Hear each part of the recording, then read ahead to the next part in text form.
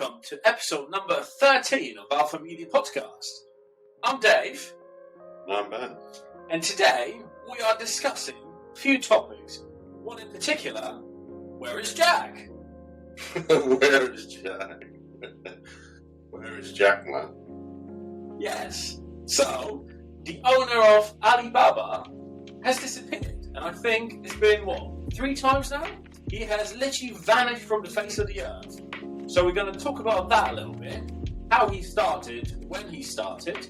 And then we're going to discuss something called a carbon tracker. Something new and, we think exciting or not. We'll obviously ask for your opinion later in this video. But let's begin. Over to you, Benjamin. So I guess the question is why every time the going gets tough or Jack Ma's in the public eye, why does he disappear and go on a trip? Or do you think he's got Jack Sparrow's compass? He might do, yeah, it might be going in the wrong direction every single time. But yeah, I think it's been, 3 times in the past few years that he disappeared, and there's been different stories with him, he's been captured, or he's been practicing his golf swing somewhere in Shanghai, and somewhere else around the world. It's just absolutely mental where this guy is, and then he just reappears, and then disappears again. It's just a crazy world. I think he gets a notification that he's watching it. Because it's time for a vacation and he just goes. I think someone should have a tracker on him. Find my iPhone or something like that. Be like, oh, Jack's there, let's go find him. That's brilliant. So, what about this carbon tracker thing that's been talked about recently? So, carbon tracker, let's just start from the beginning. It's essentially something or a system that's going to be able to track the consumer's movements, shopping habits, and essentially everything that he's doing. It's something like controlling the population a little bit, don't you think? Yeah, so basically they're saying that having something in place that tracks people's usage of energy and carbon, or how many times you go on trips, if you use flights and planes and stuff, and public transport or whatever, even driving, I guess. And then also on about tracking of where you spend your money and stuff like that. But I just think it's ridiculous, really. It's a bit rich, isn't it? When I heard someone say this when we were doing our research they all turned up to the conference where they spoke about this all.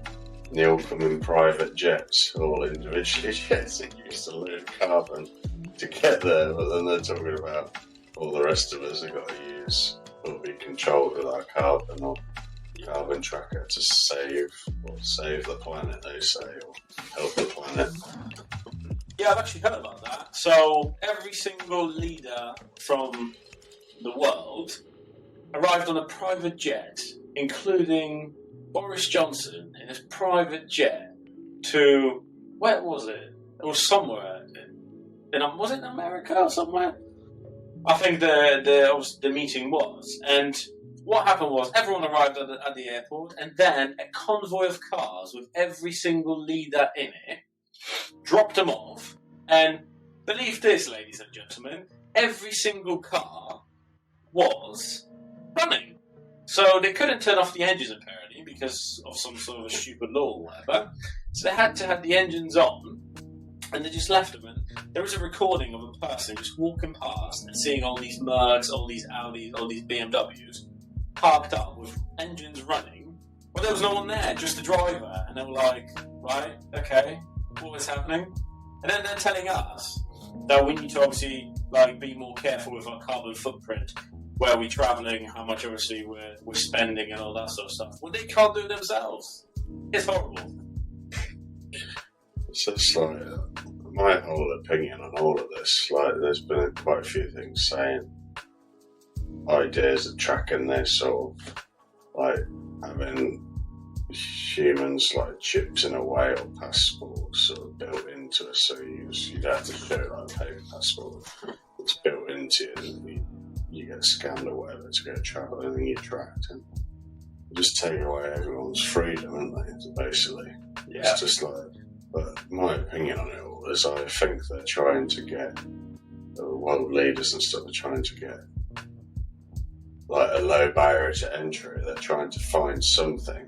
Doesn't matter what subject or topic it's on out of everything that's going on in the world. They're getting something that they get the majority of people to agree to.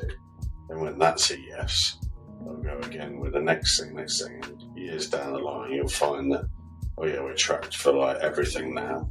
Yeah. Because they got by with like as accepting one thing, so why not the next thing or the next thing?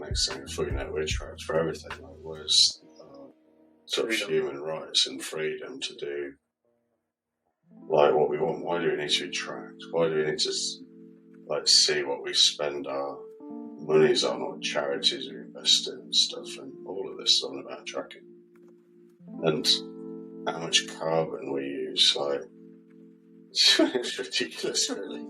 I think that's the lowest barrier to entry thing they're trying to do, isn't it? Getting with the car, and then they wrap it in a pink bow, don't they, in a package saying, which is to help save the planet. Well, they can't save it themselves in the first place, so you guys are not actually. If you want to show us how to do it, you should be like the custodian of it first. So you should be like, right, okay, well, I want to see the world leaders going to their place of work on a bicycle, save the environment, yeah? Don't go in those expensive gas-guzzling cars and then just waste all that just to get from one place to the other, which is like a mile or two away. You know, show that you guys care for that environment, show that you care for the world, you know? Don't just spend it and just say to everyone else, oh yeah, you do this, you do that. It doesn't work like this, doesn't it? You're going to have riots going left, right and centre with people saying, well, if you can't do it, we're not going to do it. So, yeah, it's just that they need to, I think, do this in a bit of a different way. The proper way, how it should be. The thing is as well, like, thinking how would they go about it? Are they going to give you like a day rate where you can only spend this, or a week's or a month's rate? Imagine if you went on a flight, on holiday or whatever, or with your family, and you used a chunk of your allowance to kind of fly. And once you're over there, you decide to spend on certain things or whatever, like you do on a holiday, or use a bit of power in the hotel or whatever you do. Well, what's going to happen? You're going to use up all your allowance and you can't get back home or something. It's like, how are they going to do it? You're stuck on a different island forever until your allowance is back. It just feels like you're topping up your phone, your top up's gone, and then you have to top it up again, you have to wait for that to magically reappear. And it's like, really? Like, come on, let's just get a grip on this. This is just so wrong. Like, control us from point A to point B, everywhere we go, everything that we do, and how much money we spend. Why should all these leaders worry and care about how much we're spending? It's all about control, isn't it? I want to spend this much money, and you're telling me to spend this much money. It doesn't work, does it? It's my money to spend. It doesn't. It's just ridiculous.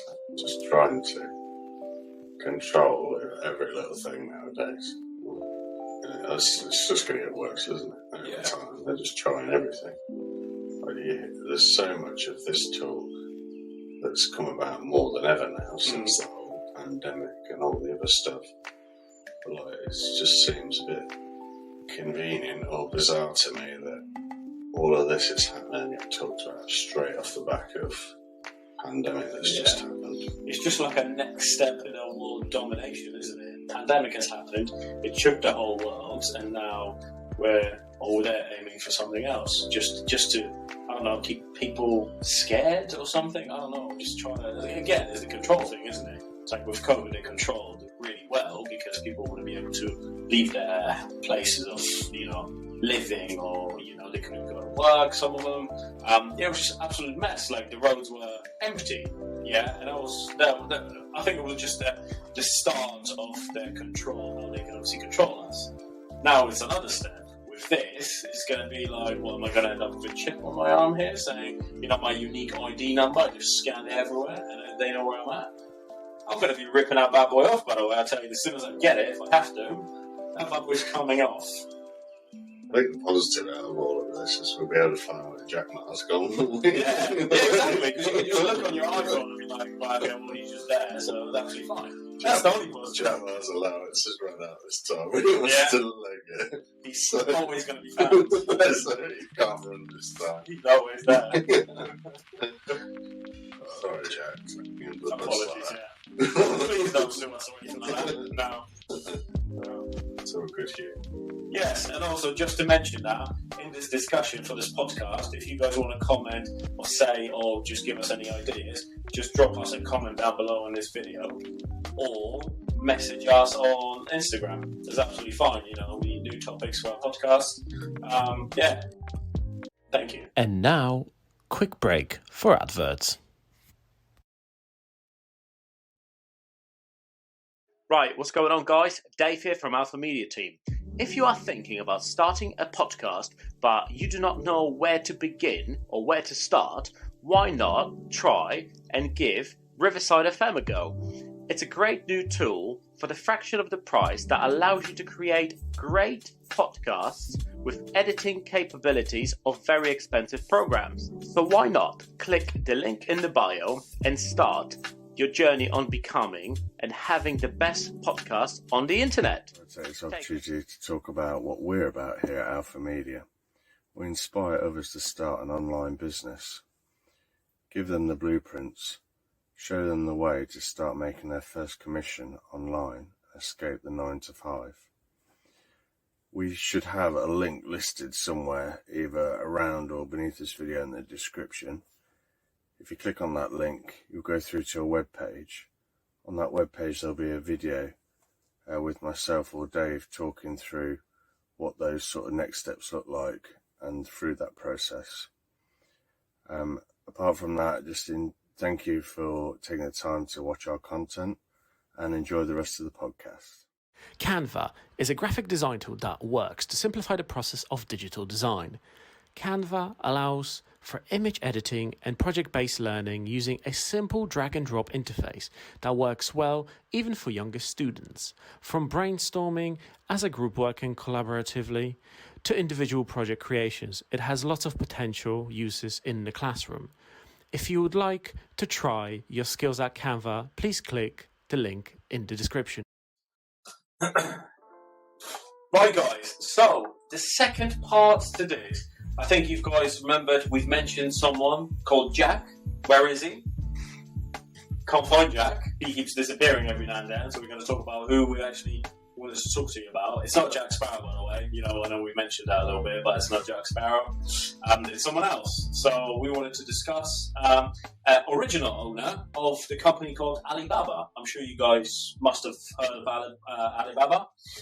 It's essentially just a massive wholesaler back in China, selling loads of things for not that much money, really. So a lot of businesses using it to sell, Shopify, e-commerce and stuff like that. So it's a really good platform, actually, and it's still going really well. So yeah, let's begin. Guys, so Jack Ma, he was born on September 10th, 1964, right? He struggled in school from the beginning, from a young age. He studied apparently for 2 college exams and tried to pass, which he was unsuccessful, unfortunately. But he did graduated in Bachelor's of Arts, which is something a little bit different. He applied, believe this, 10 times to Harvard Business School, and he got rejected all 10 times. Wow, pretty sad one. And then he applied 31 times for different jobs, and every single one of those 31 jobs rejected him. Never taken him for an interview or anything like that. So he was rejected 31 times. So, this is a kicker. KFC was creating some sort of a job, and there was 24 applicants, including Jack Ma. And they hired 23 people out of the 24, and they left him out. So they haven't hired him at all. So, God, that's proper being unlucky there. So then, he has decided to start a agency for translation because he'd learned an English language really well. So he decided then to sort of translate from Chinese to English. So he started that in 1994. So with that in mind, he started seeing a lot of website traffic, people seeing it and stuff, and then he started looking at Google to see what information there is out about China, and he found out there was nothing there at all. So then he decided to open up a website called, bear with, let me just turn my page over, Ugly Website. So the Ugly Website was essentially created with all the information in mind for a person who would like to travel and see everything about China. So he started that, and when he started the website officially and he got the domain rolling at 9:30 in the morning, at 12:30 that day in the afternoon, he had hundreds of Chinese investors ringing him, getting in contact with him, just wanting to find out about him. Why has he done that? And they wanted to essentially invest in him because they all thought that he was obviously getting China out there to the world because there was no information there whatsoever. And then, him just decided to obviously push a website out. And then you've got all this traffic, all these people finding out what is China, where is China, population, all that sorts of jazz. And yeah, that sort of sparked a bit of a business idea for these investors. And then they joined the forces. So after that, yes, essentially he started with the domain and everything. He started with the investors and Alibaba, which was, I couldn't actually find the research, but it was called something totally different before. So he started small, again, like every single business, and then he created, which is now probably the biggest wholesaler in the whole wide world. But some statistics for you as well. In 2014, Jack Ma had a net worth of $21.8 billion, making him the richest man in China, right? Yes. And in 2016, he was in Forbes' 50th grade leader, essentially. So Forbes have named him obviously being the greatest leader. There was a number 50 there. And he also became a global ambassador for the Chinese business. Look at that. Because I think he had so many great ideas. People just loved him for what he was, and he was teaching a lot of people different skills and different ways of doing things. That's why obviously he became that. And sadly, obviously before disappearing and everything, because there's a bit of disappearing going into this, in 2018 he has announced to the world that he will retire from Alibaba and pursue education work. To help other people build businesses and just great products, essentially, Yeah, I think I saw somewhere is that it's like a tech company now he's invested in, isn't he? Or part of. He's doing tech in China. Yes, he is. So he invested a lot of money, and he's obviously got a lot of investors in to create this sort of like an ecosystem of those, what you've just described, technological advancements for the world, especially for China. Yeah. What's your thoughts on this whole, with China and their laws and policies to do with sort of gaming? They have restrictions on social media and online time. They have like a 3-hour restriction basically, so you can't be on your phone all the time like we are over this side of the world. I think that's a bit crazy. Do you think it's necessary, or do you think it's a bit over the top? That depends how you look at it. You can look at it from the point they are trying to control people, so they minimise pretty much every sort of aspect of, looking at different things. Essentially, what they're trying to do is just minimise everything. So a bit of the social aspect of looking on the phone and stuff like that, or engaging with other people doing different things. Literally just a bare minimum. You've got your time. That's it. Done and dusted.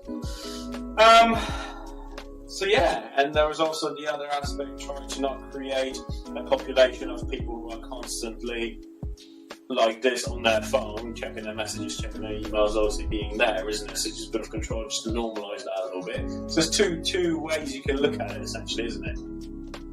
Yeah, I think this is that I don't feel people are attached to their phone all the time and see them about. I felt like there was a period a few years back where I felt like maybe since the pandemic stuff, people seem to be a little bit more distance from the phone. I just think, how does it work over there with if you've got like a restriction of 3 hours, or what if you work in an internet-based digital job? Is it only 3 hours of business work on the corporate, or the corporates? Are they just like separated the socials? You've got 3 hours, and the gaming is separate from business. If you know what I mean, I don't know how it works. I personally think it's probably something to do with business. So if you're in that sort of field and business and stuff, I think you're allowed a little bit more. But I think it's in that more of a social gathering, if you know what I mean. I think that's that. But then, how can you track it? There must be some sort of a tracker installed on everyone else's phone or whatever. How they release them? Actually, they know that there is. Oh yeah, you've wasted 3 hours on the phone. We're gonna turn it off or whatever. So there must be something installed there, and I think the rest of the world are now catching on with things with all their carbon trackers and everything, isn't it? Slowly sort of getting a bit of traction. Yeah, maybe it's built into the data package or the data or something, I don't know. Because it's kind of in this side of the world to a degree, isn't it, with your data package. As soon as you exceed your data, you're cut off. So maybe that's how it works. Yeah. What's over there? I don't know. I don't know how it works. It's interesting, isn't it? Yeah, to what this world is obviously coming to being now in 2022, and again, starting with where we were in 2020, the pandemic happens. Now everything is just took a turn for sort of different. It's got a different spin, essentially, isn't it? Things are done differently. A lot of businesses, again, or we discussed on previous podcasts, are having people work from home now, so they're saving the costs and stuff. It's just I think we're heading towards this different living in every single aspect of our lives, of work and everything. I think it's just we're slowly shifting to something different. And if to be fair, if you ask me, is it scary? A little bit it is, because it just feels like there is this unknown, and what's going to happen. Is it going to be a positive impact? Is it going to be a negative impact? We'll have to wait and see, aren't we? Yeah. I think what also intrigued me with going back to Jack Ma, and you're talking about like some of the figures and stuff. I saw somewhere that he was like the 30th richest person in the world. He's like, at one point he was China's richest person. Yeah. And how sort of a rich country or nation China is. I think it's just so bizarre that he was so far down the list of the richest people in the world, which is crazy, isn't it? When you think that the top richest people are all America based, isn't they? Basically. I thought that was pretty interesting. Yeah. Good old Elon Musk, being number one. Talking about Elon as well, I saw that him and Jack are not the best of friends. No, they're not actually, no. They don't see eye to eye. Nope. They've got different opinions. Completely opposite side of the coins. Yeah. Everyone's got they both have different principles on how they go about it in business. And that goes again for another person who used to be the richest man in the world, Mr. Jeff Bezos. So he's another one, obviously, that goes into this mix. He's got a different idea of a business, and I think we will discuss this in some future podcasts. We're going to obviously take Mr. Bezos as a whole of this project that he's done, where he started, how he started, where he's at now, and what his future plans are, essentially. So we will discuss them on future podcasts. But yeah, literally you just see three different individuals there, three different businessmen, essentially, but they're dealing with their business in a different way. And they're all three really successful, like Alibaba, like I said before, like the biggest wholesaler we've got for cheap, good quality products now, I think, as well. Then you've got Amazon. That's another business that started small, I think it wasn't it video recording or something like that? I see what you're saying. So something similar to that. Yeah. And then you look at Tesla, which is just a electric company, that started obviously building electric cars and different sort of electric things. So 3 different sort of niches, essentially, but incredibly successful, isn't it? Yeah, I think coming back to Jack Ma's story,